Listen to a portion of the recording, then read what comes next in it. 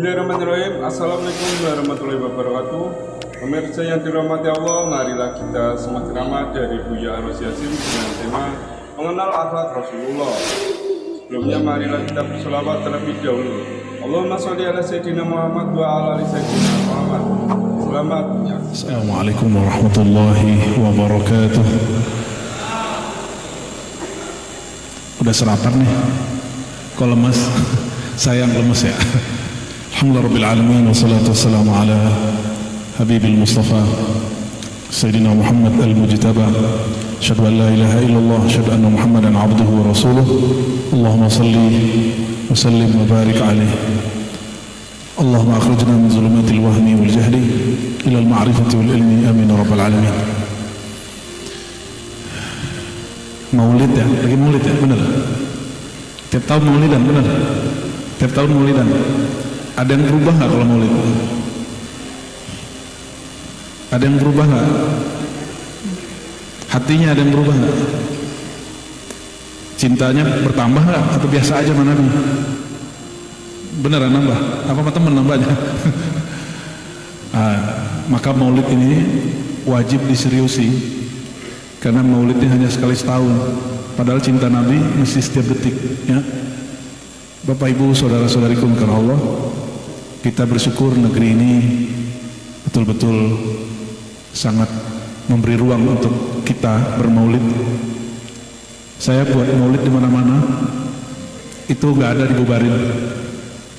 Tapi kawan saya mau bikin maulid di jiran, itu mesti dia bikin di apartemen, tempatnya tertutup, nggak kedengeran sama orang. Padahal di negeri yang disebut negeri Islam. Negeri kita nggak disebut negeri Islam, negeri kita negeri berketuhanan yang Maha Esa. Oh, itu lebih tinggi lagi tuh. Ya. Dan dimanapun ada maulid, jujur nih, pernah nggak kesel jalan ditutup pas maulid? Jangan kesel. Harusnya senang, alhamdulillah, jalanku ditutup berkah maulid, semoga ke langit dibuka gitu. Ya.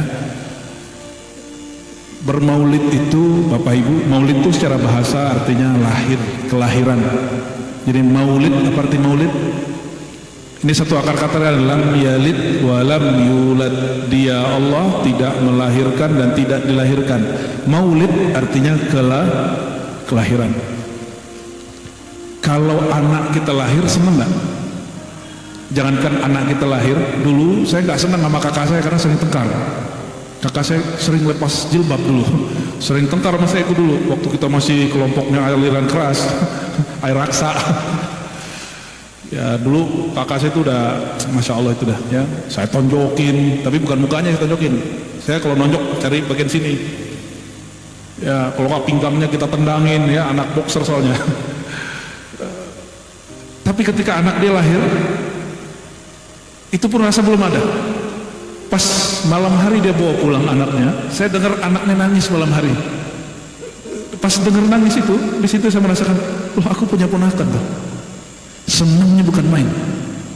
Ya, akhirnya kita ikut-ikutan cewek-cewekan, sini nah kita timang-timang. Itu baru anak saudara. Gimana anak sendiri? Ya. Apalagi yang lahir adalah sang Nabi Muhammad SAW. Nabi udah lahir. Nabi udah lahir, benar. Yang lahir itu Muhammad bin Abdullah. Tapi sang nabinya sudah ada sebelumnya. Sosok manusia bernama Muhammad bin Abdullahnya baru lahir 1440. Berapa nih sekarang? 6 tambahin 13 di Mekah, 10 tahun di Madinah, tambahin umurnya ya 40 tahun. Ya kira-kira 1500 tahunan lah sebelum kita. Nabi Muhammad SAW sudah lahir fisiknya, tapi sebelum itu dia sudah lebih tua. Maka seorang sahabat dalam hadis Imam Tirmizi, hadis yang sahih, sahabat ini namanya, seingat saya Kuthaif ya, dia mengatakan waktu Muhammad lahir, dia nyebut gitu karena belum diangkat jadi nabi kata orang, karena sudah waktu sang Muhammad lahir, aku berumur sekitar 5 tahunan. Jadi dia sudah ngerti terjadi penyerangan terhadap Makkah oleh Raja Abraha. Pernah dengar Raja Abraha? Raja Abraha itu bikin gereja, dia bukan seorang musyrik, dia seorang Nasrani. Gerejanya diganggu oleh salah satu orang Mekah. Pas dilihat di Mekah ada Baitullah, dia ingin pindahkan fungsi Baitullah ke Yaman. Sampai hari ini masih ada gereja Abraha. Jadi Abraha ini gak syirik, dia cuma syirik tidak, tapi syirik Pak. Dia tidak menyekutukan Allah, tapi dia iri dengan apa yang ada di Mekah. Kata sahabat ini, waktu Sang Muhammad lahir, aku sudah besar, aku sudah 5 tahun, 6 tahun. Tetapi ketika ditanya, lebih tua kamu apa Muhammad? Begitu pertanyaan orang. Kata beliau, amma ana aqdamu maulida wa huwa aqdam minni wa akbara. Kalau lahir secara fisik aku lebih tua dari Muhammad, tapi secara rohani dia lebih tua daripadaku. Maka Imam Tirmizi di hadis yang lain menyebutkan kisah dari Abu Hurairah. Pernah dengar Abu Hurairah? Abu Hurairah cocok nih sama perusahaan ini. Dia seorang direktur. Dia seorang ulama plus pernah jadi karyawan, terus pernah jadi direktur. Tapi lagi enak jadi direktur, dipanggil oleh KPK. KPK-nya saat itu Umar bin Khattab. Ya, akhirnya diboikot semuanya, dibukukan semua asetnya. Lalu dia nggak boleh lagi berusaha. Diberhentikan dari, dia sekaligus gubernur. Gubernur, punya perusahaan, ulama. Wah, tiga itu ada sama dia. Kalau saya kan cuma 2 aja Pak. Saya dosen, saya guru ngaji, gitu aja. Ya bisnis belum berani. Saya kalau bikin umroh, saya kerjasama sama orang. Saya nggak mau jadi direktur travel, karena itu urusannya sudah beda. Ilmu sama fulus nggak bisa gabung. La yajtami'ul ilmu wal mal. Ilmu nggak pernah kawin dengan harta, nggak pernah. Sama, al ilmu la yajtami' ma'al mulk. Ilmu nggak pernah kawin dengan kekuasaan. Jadi orang kalau udah memilih untuk berpolitik, berkuasa, berjabatan, siap-siap tinggalkan. Dia dengan otomatis meninggalkan fungsi keilmuannya. Ya, saya dulu pernah jadi peneliti 3 tahun, itu saya buang semua jadwal ceramah cancel semua. Itu baru jadi peneliti. Apalagi jadi Pak Direktur, Wakil Direktur. Kalau kabak nggak tahu deh. Kabak kasih gimana? Gak bisa juga tuh? Gak bisa. Nah, Abu Hurairah ini pernah bertanya kepada Nabi dan para sahabat. Ya, para sahabat nanya ke Nabi, ya Muhammad, ya Rasulullah, mata kunta nabiyya, sebenarnya engkau jadi nabi kapan? Coba kapan beliau jadi nabi? Umur 40. Selama ini kita diajarin jadi nabi umur berapa? Umur 25. Ya benar. Serius ya? Itu keliru semua, itu nggak ada dalilnya itu. Tidak ada dalil yang menyebutkan bahwa Nabi Muhammad jadi nabi umur 25. 25 itu nikah. Itu pun nikah nggak pasti 25, ada riwayat 30. Berarti kalau 30 jaraknya dengan Aisyah, dengan Khadijah berapa tahun? Berondong berapa tahun? 10 tahun. Dan itu lebih masuk akal. Lebih. Jadi saya nggak sepakat sebenarnya dengan umur Nabi yang segitu kemudian disebut apa gitu ya. Karena sejarah itu hanya data, nggak boleh pakai perasaan.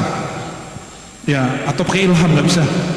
Data sejarah tidak dapat ditimbang dengan ilham dan perasaan.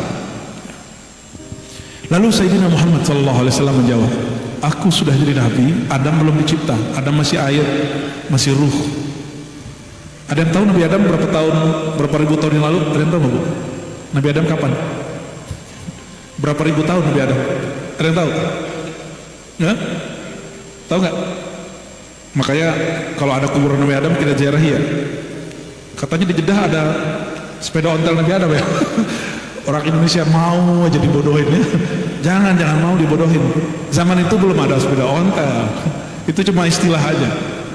Orang Indonesia ini terlalu menghayati hal-hal yang unik, yang aneh-aneh. Ada masjid terapung dianggap aneh, unik, padahal itu biasa aja. Itu mainan travel Pak. Biar Bapak Ibu gak nginep di hotel, ya kan bayar mahal, dibawa jalan-jalan ke, iya kan kita tahu rahasianya travel. Nanti jangan mau diajak ya, minta aja nginep di hotel, kan sudah bayar. Ya, biar orang travel ini khidmat luar biasa kepada Duyufur Rahman. Baik, jadi Nabi Muhammad itu ketika mengatakan kuntu nabiyan, aku sudah jadi nabi, Adam belum dicipta. Jadi kalau gelar Nabi Adam Abul Bashar, Adam itu bapaknya manusia, bapaknya Nabi Adam siapa? Bapaknya Nabi Adam Nabi Muhammad, kira-kira gitu. Karena dia tercipta dari nur Nabi Muhammad sallallahu alaihi wasallam. Jadi Nabi Adam tuh kalau ketemu Nabi Muhammad manggilnya 2 kali. Ya ibni as-salih, wahai ananda yang soleh. Habis itu wa akhi, dan saudaraku, begitu manggilnya, saudara sesama Nabi. Coba perhatikan Nabi Adam. Nabi Adam dicipta di mana dia ditaruh pertama kali, di bumi atau di surga? Di bumi atau di surga? Di surga ya. Setelah dicipta, Nabi Adam itu dipamerkan ke malaikat. Malaikat itu Bapak Ibu, itu sudah zikir 18.000 tahun, ada yang 15.000 tahun, ada yang 1.000 tahun. Itu sudah zikiran, sudah beramal, sudah berkiprah, sudah punya jabatan di surga. Tahu-tahu Allah kasih pengumuman, wahai semua malaikatku ahli zikir, semua malaikatku yang bersayap yang punya jabatan, aku akan menugaskan di bumi yang cantik, di bumi yang subur, seorang bukan dari kalangan kalian malaikat, tapi dari kalangan manusia. Yang jadi pertanyaan kita, itu ayat surat Al-Baqarah menyebutkan malaikat sudah tahu tabiat manusia. Apa kata malaikat? Ya Allah, apakah engkau mencipta di muka bumi, memerintah di muka bumi orang yang perusak dan suka menumpahkan darah, suka merusak? Nah ini yang mau tanya nih, kerjaan Bapak ini merusak alam gak nih? Mesti ada yang dirusak toh, betul nggak? Bagi malaikat itu merusak, tapi kalau itu nggak dirusak, itu berapa ribu rumah di Bekasi tidak makan, tidak minum, benar nggak? Mungkin hari ini nggak ada yang mandi. Bagi malaikat itu merusak, tapi bagi manusia itu kemajuan. Ini gedung-gedung ini dari mana Pak? Batu-batunya dari gunung. Kampung istri saya di Tuban, terus sampingnya Gresik. Gresik itu udah nggak ada gunungnya, gunung semennya udah nggak ada, udah pindah ke. Jadi semen Gresik itu Bapak Ibu, itu sekarang ngambilnya dari Tuban dan sekitar. Jadi gunung-gunung Tuban udah nyampe sini nih. Semen apa dulu? Katanya patungan Pak Hasan Basri ya. Pakai semen Gresik nggak? Pas semen Padang. 3 roda, ya sama juga dari sono semua itu. Bagi manusia itu kemajuan, peradaban, bikin pembangunan. Bagi malaikat sebutnya apa? Kehancuran. Gunung yang tadi ada kemudian jadi nggak ada. Saya mau tanya nih Pak Direktur, kalau lagi ada proyek, itu apa yang dilakukan ke sungai-sungai? Normalisasi, itu kan bahasa kerennya. Normalisasi ya, ada yang inormal pastinya. Malaikat tahu karakter kita. Pertanyaannya, dari mana malaikat tahu manusia perusak dan menumpah darah? Oh ternyata sebelum Nabi Adam kita ini sudah ada Adam sebelumnya. Jadi kita ini nggak tahu Adam keberapa ini yang Adam bapak kita itu. Jadi malaikat sudah mengenal ada manusia, tapi di zaman itu manusianya belum bertugas sebagai khalifah. Sekarang manusianya sudah bertugas sebagai khalifah. Kalau kita khalifah, khalifah itu pengganti. Apa arti khalifah? Pemimpin menggantikan sebelumnya, itu arti khalifah. Berarti sebelum kita sudah ada yang memimpin di bumi. Siapa yang memimpin di bumi? Ada tahu nggak? Sebelum kita yang memimpin di bumi disebut Bani Al-Jan. Bani keturunan Al-Jan, raja jin. Jadi kalau di manusia ada Adam, di jin itu ada namanya Jan. Keturunannya disebut jin, bukan Jin Janjun ya. Jadi bapaknya jin namanya Jan, ya, wa khuliqal janna jannu min marjin min nar, ya. Dan diciptakan jan itu dari nyala api. Jadi api itu ada nyalanya, ada batangnya. Batangnya masih di batangnya siapa? Bahan bakarnya api siapa? Waquduhan nasu wal hijarah. Bahan bakarnya api itu waquduhan nasu wal hijarah. Bahan bakar api itu apa? Coba supaya bahasa Arabnya biar keren. Waqud, bahan bakarnya api, an-nasu manusia, wal hijarah dan batu. Batu bara, coba lihat batu bara. Jadi bahan bakar enggak? Tapi mesti ada manusia. Di situ juga pelajaran, bahan bakarnya neraka itu manusia. Berarti nyala apinya dari mana? Jadi sebenarnya lebih kuat kita atau bani ke api? Manusia yang tercipta dari tanah atau jin yang tercipta dari api? Lo apinya jin itu cuma nyala, sedangkan kita bahan bakarnya api. Lebih keren mana, Pak? Makanya jangan takut sama jin. Itu maksudnya begitu, goalnya begitu. Kalau masih takut sama jin, berarti nggak kenal sama asal-muasal diri. Itu satu. Yang kedua, khalifah di muka bumi berarti sebelum kita, kelompok jin ini menguasai bumi. Ini beruntung nih Bapak Ibu, kita ini di zaman jin itu nggak nongol. Ada yang lihat jin ya, Pak Hasan Basri karena ngurusin masjid, lihat jin nggak? Kali bakal tasbihnya makan tasbih gitu. Ya orang awam kan sedang begitu ya. Ya dikira tasbih itu sakti, yang tasbih itu nggak sakti. Yang sakti itu yang megang tasbih. Tasbih mana benda mati itu. Ya malah dia membid'ahkan itu tasbih itu. Kenapa mereka kemudian dibebas tugaskan dan tidak lanjut mengurus bumi? Karena mereka tiap hari tengkar. Maklum kelan api, gesek dikit bakar, gesek dikit senggol. Nggak kayak gini nih ya. Kalau kesel dikit curhat ya kan? Bener ya? Kalau kesel mah curhat ya? Curhatnya di mana? Di sosmed, itu kan nyebelin bener tuh. Jadi kita kalau kesel nggak langsung nyenggol. Kita kalau kesel kita ekspresikan, itu bedanya manusia dengan ya, ada yang kesenggol nggak hari ini? Ya. Kalau manusia punya masalah, dia nggak langsung mukul orang. Itu binatang buas. Jin, binatang buas itu begitu. Ya, ada juga kalau banyak masalah makan aja dia. Tapi kalau manusia yang sejati, dia kalau punya masalah, dia obrolin ke orang supaya cari jalan keluarnya. Itu manusia tuh. Tapi jangan salah curhat ya. Ya Pak ya. Jangan biarin istri kita curhat ke selain suaminya. Nanti dia jatuh cinta. Ya, curhat itu kalau kelebihan, ke bawah hatinya. Padahal curhat itu cuma menumpahkan masalah. Tapi kalau ke bawah hati bahaya itu. Repotnya bisa 7 turunan itu. Bapak Ibu, kalau Allah itu jin gak beres ngurusin bumi. Maka Allah kemudian pernah dengar ada meteor, hujan meteor. Maka sampai hari ini saya ini punya hobi baru, suka sama keris sama pedang-pedang kuno gitu. Tapi bukan untuk ritual, sekedar punya aja. Itu yang terbaik justru dari batu meteor. Kok batu meteor ada di sini? Ternyata dulu memang ada hujan meteor. Hujan meteor siapa yang dihancurkan? Itu orang-orang jin-jin yang dulu berkelahi itu. Maka mereka pada lari ke gunung, lari ke air, bener kan? Lari ke goa-goa, ke batu-batu. Makanya sekarang hati-hati yang punya batu tuh. Ya aku juga punya batu Pak. Makanya hati-hati yang suka hobi naik gunung. Ada yang suka naik gunung? Kalau suka naik gunung, bapak gunungnya sudah beda ya. Jangan pernah misah sama teman. Karena begitu kata Nabi, hati-hati jika kamu naik gunung, fa innaha manazilatus syayatin. Itu tempat tinggalnya jin setan. Ya, sama kalau ke sungai-sungai, hati-hati jangan sendiri, kecuali udah temenan sama mereka. Ya, makanya di gunung-gunung, di sungai-sungai, orang Bekasi sering dengar namanya buaya putih gitu ya. Itu bukan khurafat, itu beneran disebut jin siluman. Kata Nabi SAW, jin itu terbagi dua. Ada jin yang bisa terbang bersayap, tinggalnya di awan-awan tuh. Hati-hati kalau ada yang zikir terus tiba-tiba badannya merasa keangkat, pikirannya kemana, terbang. Itu jangan-jangan yang bawa jin itu. Ya, bukan malaikat yang bawa, tapi mantan malaikat.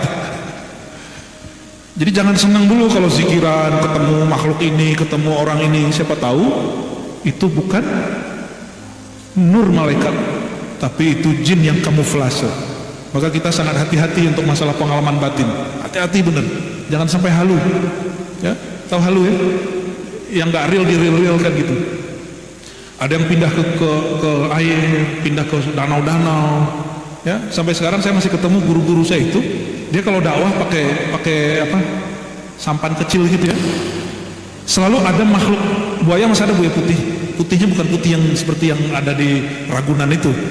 Buaya bukan buaya, buaya-buayaan. Kalau ini buaya darat ini. Sebagian. Maksud saya cerita ini apa Bapak Ibu? Kita ini bukan makhluk pertama yang ngurus bumi. Sebelum kita sudah ada makhluk. Sebelum mereka itu sudah ada Nabi Muhammad SAW. Ya, Nabi Muhammad itu wujud nurnya sudah ada sebelum itu. Maka di kitab Maulid selalu disebut Nuru Muhammad, nurun ala nur. Tadi baca Maulid di Bai, ya, disebutkan di awal di Bai, Allah menciptakan Nur Muhammad jauh sebelum menciptakan alam semesta ini. Jadi Nabi Muhammad SAW kita itu sudah sangat tua sekali. Terus apalagi karena kitalah khalifah di muka bumi, maka kita langsung bertanggung jawab kepada Allah ngurusin alam semesta. Nah, ini kemarin kita habis ngaji ini Pak, Imam Bukhari apa kata beliau? Ma amiltu syai'an illa adatu inda rabbi hujjatan.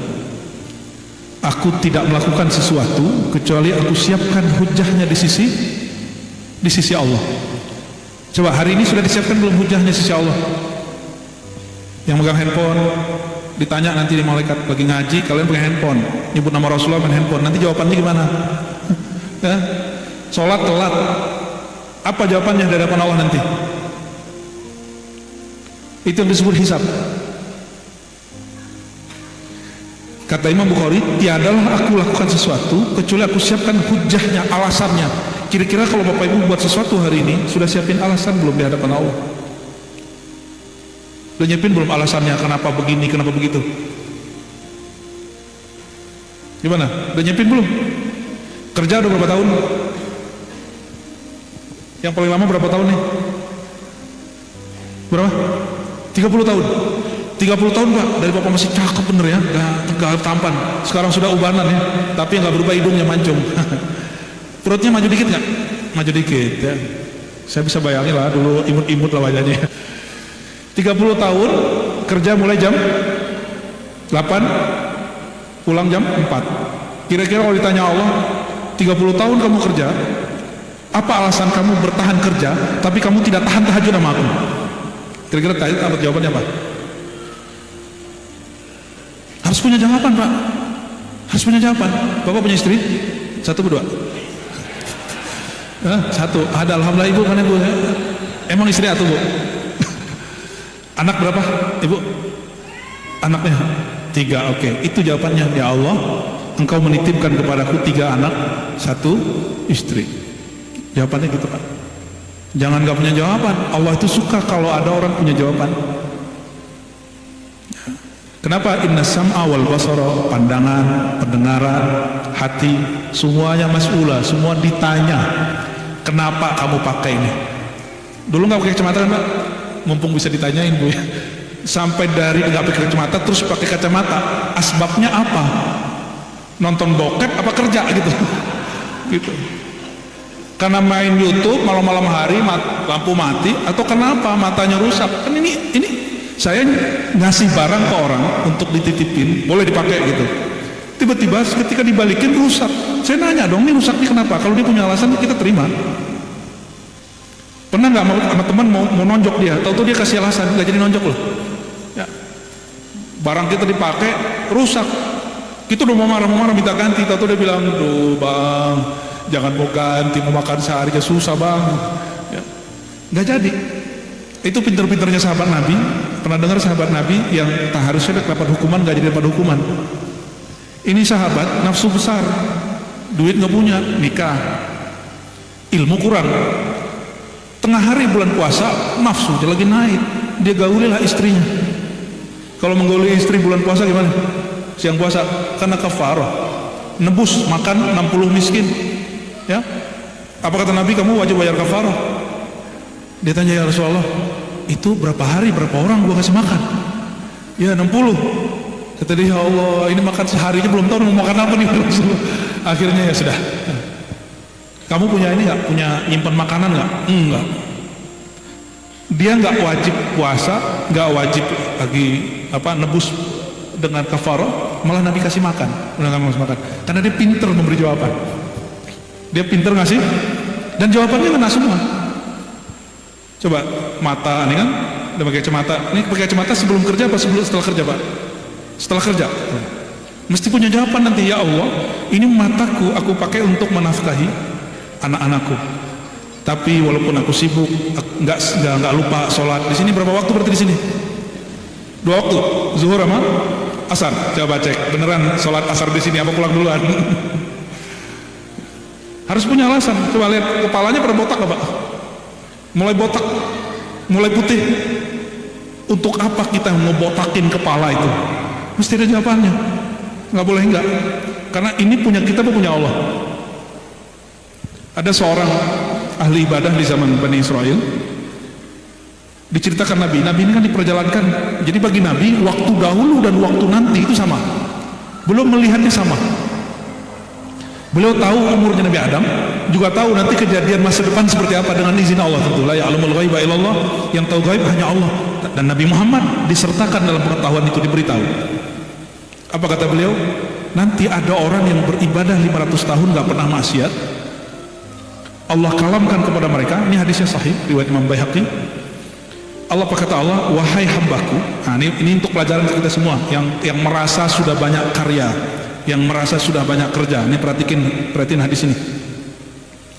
Wahai hambaku, masuklah sorga. Wahai hambaku yang sudah ibadah 500 tahun, masuklah sorga dengan kasih sayang rahmatku. Lalu orang ini nanya, ya Rabb, kenapa engkau tidak masukkan aku sorga dengan amalku yang 500 tahun, karyaku 500 tahun? Aku menjadi khalifah engkau di muka bumi 500 tahun. Apa kata Allah? Oh, kamu maunya gitu? Oke. Maka proses hisab langsung dibuka.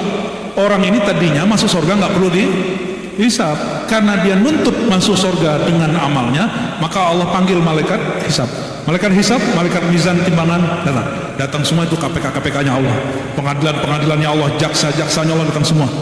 Diperiksalah, ambil satu matanya bagian kanan, timbang dengan semua amalnya. Amalnya tadi 500 tahun. Ada yang pernah beramal 500 tahun? Ya, nggak usah 5 hari nggak maksiat, bisa nggak? Jangankan Bapak Ibu, saya juga nggak bisa. Ya, padahal saya ngaji-ngaji doang loh, ngaji, baca kitab, majelis, ke kampus, muter-muter begitu aja saya itu. Tetap ada maksiat di mata. Maksiat itu bukan cuma ngeliat yang bening-bening Pak. Melihat orang terus merendahkan orang tuh maksiat itu, maksiat hati, asbab mata. Ya, Bapak ini mandang orang nih, terus kebayang dompetnya, paling dia cuma duitnya segini doang. Itu maksiat mata yang jatuh ke hati-hati. Ya, gimana? Udah begitu belum? Akhirnya orang itu diauditlah orang yang beramal 500 tahun. Amal dia 500 tahun, lalu matanya juga diaudit.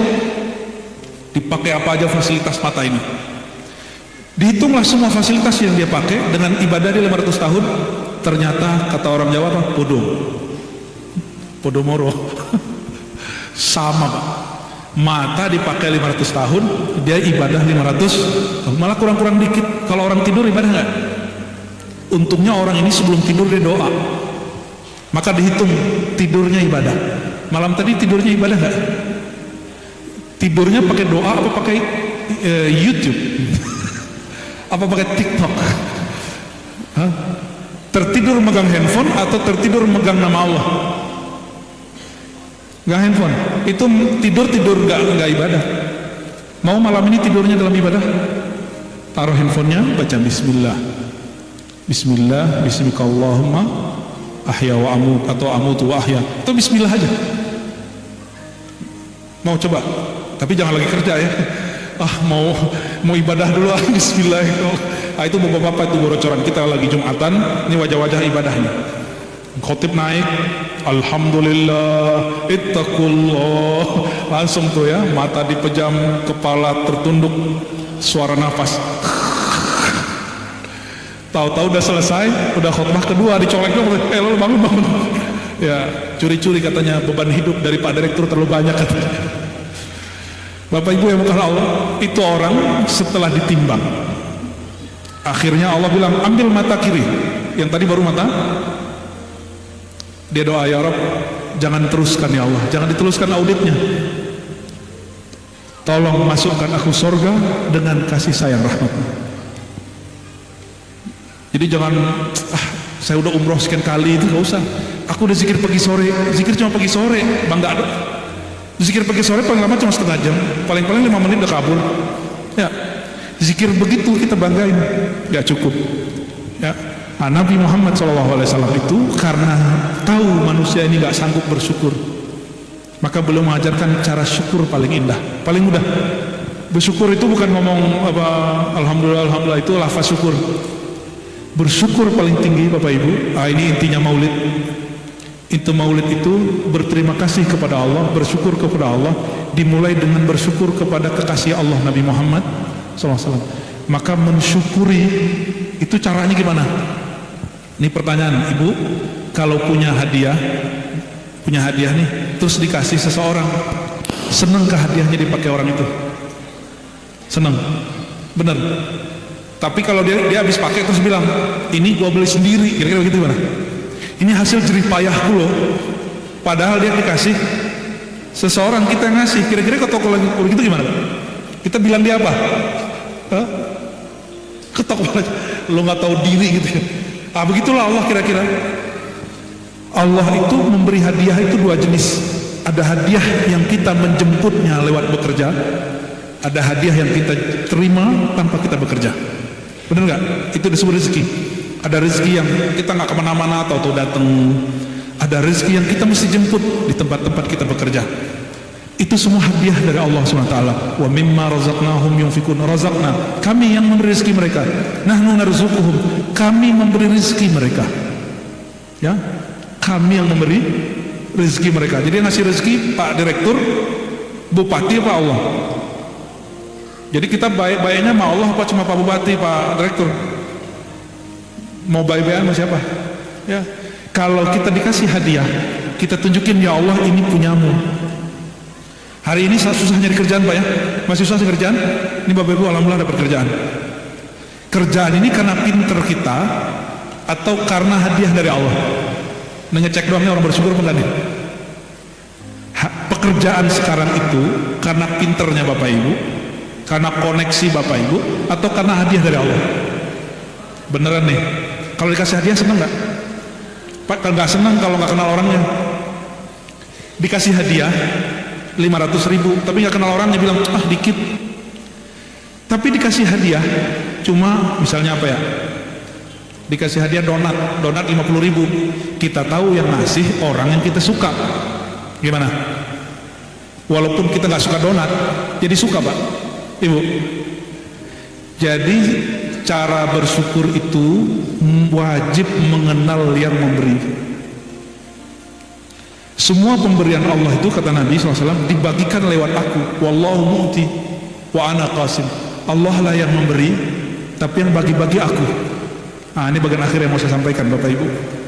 Ini dimanapun majelis maulid saya bacakan kalimat ini supaya menjadi kaidah, menjadi penyemangat saya dan kita semua.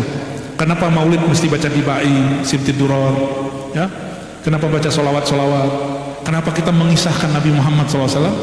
Alasannya sederhana. Ulama ahlu sunnah bersepakat dengan satu kalimat ini. Fi kulli dzikri salihin tanzilur rahmah atau rahmat.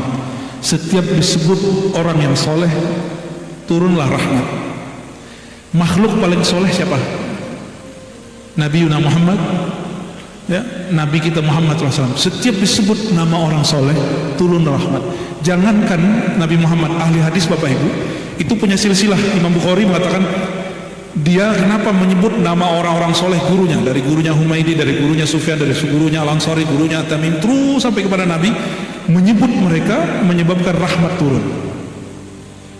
Ya, rahmat jadi turun. Kenapa? Menyebut nama orang soleh itu tanda syukur pertama kepada Allah. Bersyukur kepada Allah mesti melalui makhluk. Ya, kalau orang sudah sadar ya bahwa pemberiannya dari Allah, rezekinya dari Allah, kira-kira kalau Allah meminta nanti dikembaliin berat nggak? Serius? Allah mengatakan 2,5% aja gitu, dikeluarin nggak? Berat ya? Kalau berat berarti merasa punya dong. Coba ilustrasi nih, saya pinjemin Bapak mobil 2 bulan, habis 2 bulan saya tarik. Kata Bapak gimana? Kan sudah 2 bulan sama saya, punya saya dong, gitu nggak? Orang begitu itu orang apa? Banyak manusia mengira kalau rezekinya udah lama sama dia, jadi punya dia. Bapak Ibu ini punya duit di rekening, itu bukan rezeki kita. Rezeki kita yang kita beliin. Maka jangan pelit sama badan, ya. Ini kan badannya sudah mulai sakit-sakitan nih sebagian. Rekeningnya mulai numpuk. Dikira bakal memperkaya, enggak, belum tentu. Ya, ini saya husnuzon nih Pak, tapi sebagian kayaknya enggak juga sih. Ya udah habis sama gaya hidup, lifestyle, nyicil rumah dan segala macam ya. Sebenarnya kalau biasa-biasa aja ada lebih, tapi kan kita hidupnya luar biasa. Hidup kalau biasa aja banyak lebihnya, berkahnya. Tapi karena gaya hidup kita luar biasa, ngelebihin dompet. Akhirnya tiap hari ngeluh. Disitulah mulai, mohon maaf, semoga di sini tidak ada korupsi karena katanya semuanya muslim semua ya. Ya, amin. Ya, amin. Ya, dan saya dengar nggak ada karyawan non muslim, ada dulu katanya, sekarang udah enggak. Tunjukin kalau emang karyawan muslim kerjaannya lebih oke daripada non muslim, katanya umat Nabi Muhammad SAW. Tunjukin kalau orang bermaulid semangat kerjaannya lebih kuat dari orang yang tidak mengenal Nabi Muhammad SAW. Tunjukin kalau emang kita bernabikan Nabi Muhammad, berimamkan Nabi Muhammad, sifat amanah, sifat jujur jadi wirid. Ada wirid tanpa membaca, amanah dan jujur, nggak perlu membaca Pak. Ada orang wiridan sholawat 1000 kali tapi besok kerja nggak jujur, itu wiridan nggak dia? Wiridannya batal. Ada orang sholatnya setiap duha 12 rakaat tapi kerjaannya nggak dikerjain. Sholat duha di waktu kerja itu masuk nggak? Orang kerja dia sholat duha, kerjaannya ditinggal, itu soleh apa solmet? Ya solmet nanti marah sama kita ya. Itu soleh apa jahil? Bukan jahil, jahil. Itu jahil. Sholat duha itu sunnah, kalau kerja wajib. Bener, kerja wajib. Ya wajib lah kan, menafkahi. Ini kerjanya pakai kontrak nggak? Kalau kontrak berarti ada perjanjian di situ. Maka bekerja itu bagian dari menepati janji. Ciri-ciri pewaris nur Nabi Muhammad SAW. Jadi nur Nabi itu 4 aja Pak. Nur ya, yang 4 yang bisa kita tiru. Sifat Nabi yang 4 apa aja itu? Sidik, jujur, amanah. Amanah itu apa? Terpercaya. Ketiga, ya fatonah, cerdas. Yang ke tabligh. Tablighnya untuk saya aja. Itu Bapak nggak usah, Ibu nggak usah. Ya, ambil 2 aja. Sidik, amanah. Kalau pinter semua kan repot. Ya, yang pinter ya pimpinan aja dah, mau pengawas.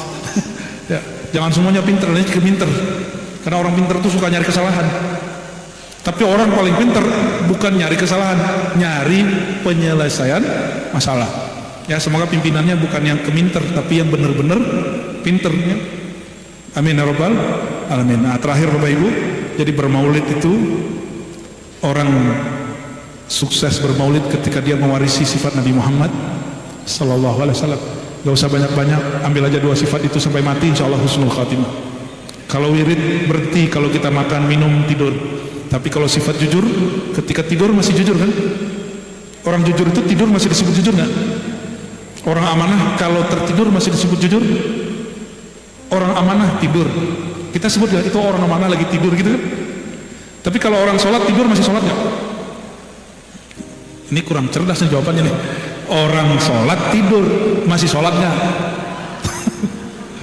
Batal sholatnya. Orang yang amanah tidur, dia masih amanah nggak? Masih. Berarti amanah itu abadi di dalam ini. Itulah wirid sejati. Itulah wirid sejati. Apa tadi? Sidik, amanah. Semoga 2 sifat ini Allah tancapkan dalam diri kita dan tidak pernah dicabut.